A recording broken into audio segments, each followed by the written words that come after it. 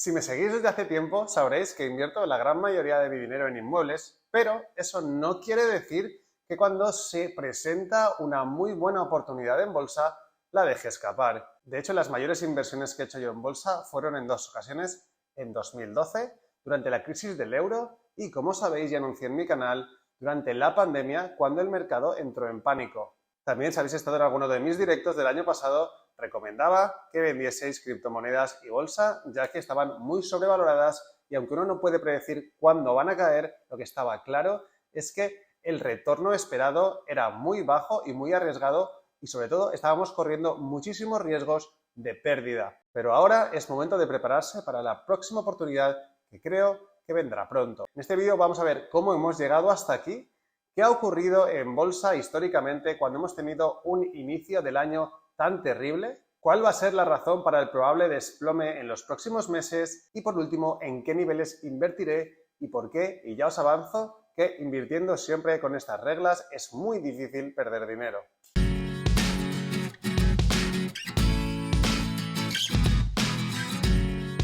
Una multitud de factores se han combinado para generar el peor primer semestre en bolsa desde 1970. Cuando un mercado registra este tipo de rendimientos tan malos, siempre hay que prestar atención a él para ver si es momento de entrar o no. La inflación comenzó el año en niveles que no se habían visto en Occidente desde principios de la década de los 80. Los bancos centrales, creyendo en un principio que la inflación post-COVID sería transitoria, han actuado demasiado tarde y ahora han entrado en pánico, queriendo recuperar el tiempo perdido, con agresivas subidas de tipos de interés y con la intención de reducir el gigantesco tamaño de su balance. Esto es muy difícil de conseguir sin causar un caos en los mercados. Tened en cuenta que la Fed y el Banco Central Europeo han sostenido e impulsado el mercado de valores y de deuda en los últimos 20 años y ahora están a punto de hacer absolutamente todo lo contrario. No es algo que hagan por gusto, sino que están obligados a hacerlo por el drama social que se está viviendo en muchos países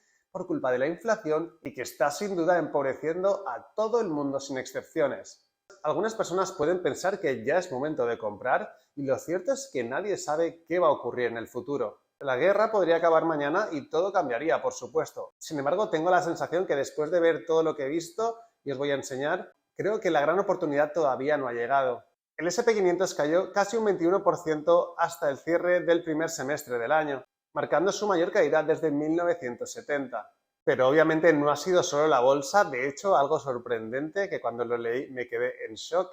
El rendimiento del bono a 10 años americano ha marcado el peor rendimiento desde, ojo al dato, finales del siglo XVIII, según un analista de Deutsche Bank.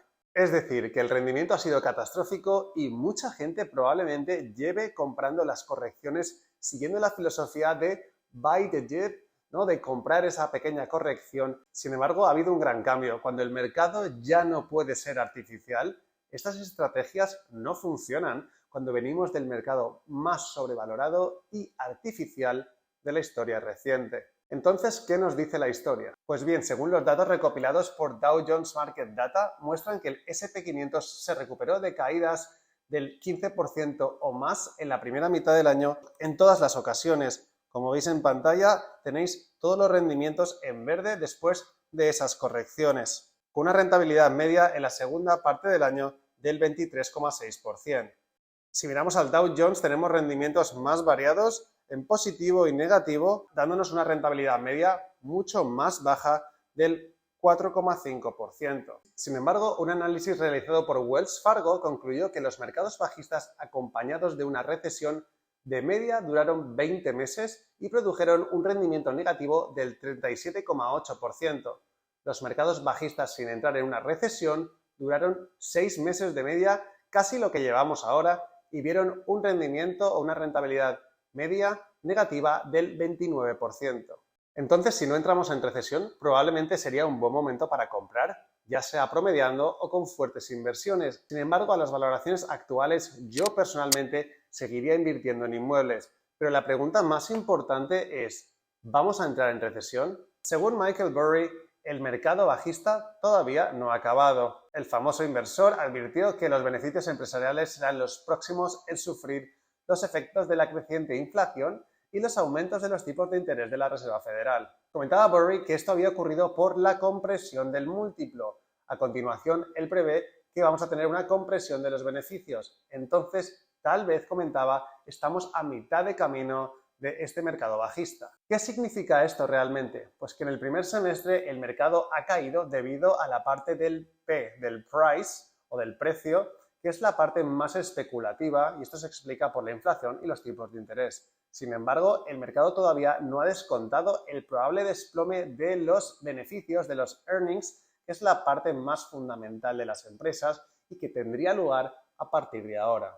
De la misma forma, los analistas de Goldman Sachs decían que los niveles actuales del mercado solo han descontado una recesión menor y advirtieron de que ventas masivas todavía son posibles. Soportando la tesis de Michael Burry, decían que gran parte de la reducción de la valoración este año se ha debido a tipos de interés e inflación más alta de lo esperado. Y decían que a menos que los rendimientos de los bonos comiencen a disminuir y amortigüen el aumento de las primas de riesgo de las acciones, debido a los temores de recesión, las valoraciones de las acciones podrían caer todavía más. Recordad que la rentabilidad muy baja de los bonos facilita o apoya las valoraciones en bolsa. Y al igual que el legendario inversor, decían que la segunda mitad del año podría ser complicada por mayores costes, menores márgenes y un frenazo en las ventas por culpa de la desaceleración del gasto de los consumidores. De hecho, no están solos. Cathie Wood o Elon Musk recientemente también han dicho que una recesión es muy probable. Pero no solo eso, Mark Zuckerberg acaba de decir que esta es probablemente una de las recesiones más duras, más complicadas que hemos visto en la historia reciente. Estas declaraciones las hizo delante de sus empleados y decía que venían tiempos muy serios y que los vientos en contra son feroces. Tened en cuenta que cuando incluso una de las empresas tecnológicas más rentables del mundo se está preparando para despidos masivos, imaginaos lo que puede pasar con otras empresas menos rentables y con menor acceso a financiación. La mayoría de los economistas de Wall Street han señalado una mayor probabilidad de un crecimiento negativo en el futuro, pero algunos calculan que no llegará hasta al menos 2023. Sin embargo, hay muchos indicadores que indican que la recesión es inminente. La medida GDP Now de la Fed de Atlanta, que rastrea los datos económicos en tiempo real y se ajusta continuamente, prevé una contracción del PIB del segundo trimestre en Estados Unidos del 2,1%. Junto con la caída del 1,6% en el primer trimestre, eso encajaría en la definición técnica de recesión. Este indicador es muy importante, tiene un sólido historial y cuanto más nos acercamos a la publicación del 28 de julio, más preciso se vuelve. Según la Oficina Nacional de Investigación Económica, que es al final el árbitro oficial de si hay una recesión o una expansión, señala que 2 trimestres consecutivos de crecimiento negativo no son necesarios para declarar una recesión. Sin embargo, tened en cuenta que desde la Segunda Guerra Mundial nunca ha habido un caso en el que Estados Unidos se haya contraído en 2 trimestres consecutivos y no haya entrado en recesión. Tened en cuenta que estos datos de GDP Now son muy importantes porque el historial a largo plazo del modelo es excelente. Desde que la Reserva Federal de Atlanta comenzó a ejecutar el modelo en 2011, su error promedio ha sido tan solo de 0,3 puntos. Y además, si prestáis atención a lo que está ocurriendo en el mercado de bonos, parece ser que el mercado de bonos ya anticipa que el crecimiento va a ser mucho más lento, ya que han caído significativamente los bonos americanos y alemanes en las últimas 2 semanas. De todas formas, las acciones no han reaccionado bien, aunque haya habido una caída en los rendimientos de los bonos, porque ven el mismo problema que se describe en los datos de GDP Now, una economía estadounidense que se está enfriando muy rápidamente. Otro indicador, el ISM manufacturero, ha tenido una cifra en junio mucho más débil de lo esperado. El índice nacional cayó a 53 en el mes, lo cual es la lectura más baja desde junio de 2020. Los nuevos pedidos también cayeron de 55 a 49, mostrando una contracción por primera vez desde mayo de 2020. Es decir, parece que estamos en un punto de inflexión muy importante. Otro indicador importante es el indicador económico Conference Board, que ha caído durante 4 meses consecutivos. Este indicador es importante ya que es uno de los más respetados para determinar puntos de inflexión en un ciclo económico. Los datos, como veis, parecen fuertes, pero la tendencia sugiere que la actividad está comenzando a desacelerarse, lo que significa que es probable que el crecimiento sea lento a lo largo de este año. La caída en mayo fue impulsada en gran medida por la caída de los precios de las acciones, una desaceleración de la construcción de viviendas y expectativas mucho más negativas de los consumidores. De hecho, cómo se sienten los consumidores es de vital importancia, porque su estado de ánimo afecta a su comportamiento y a sus decisiones económicas. y la confianza del consumidor americano cayó a un mínimo histórico en junio, según una de las medidas más populares, que son las encuestas de consumidores de la Universidad de Michigan.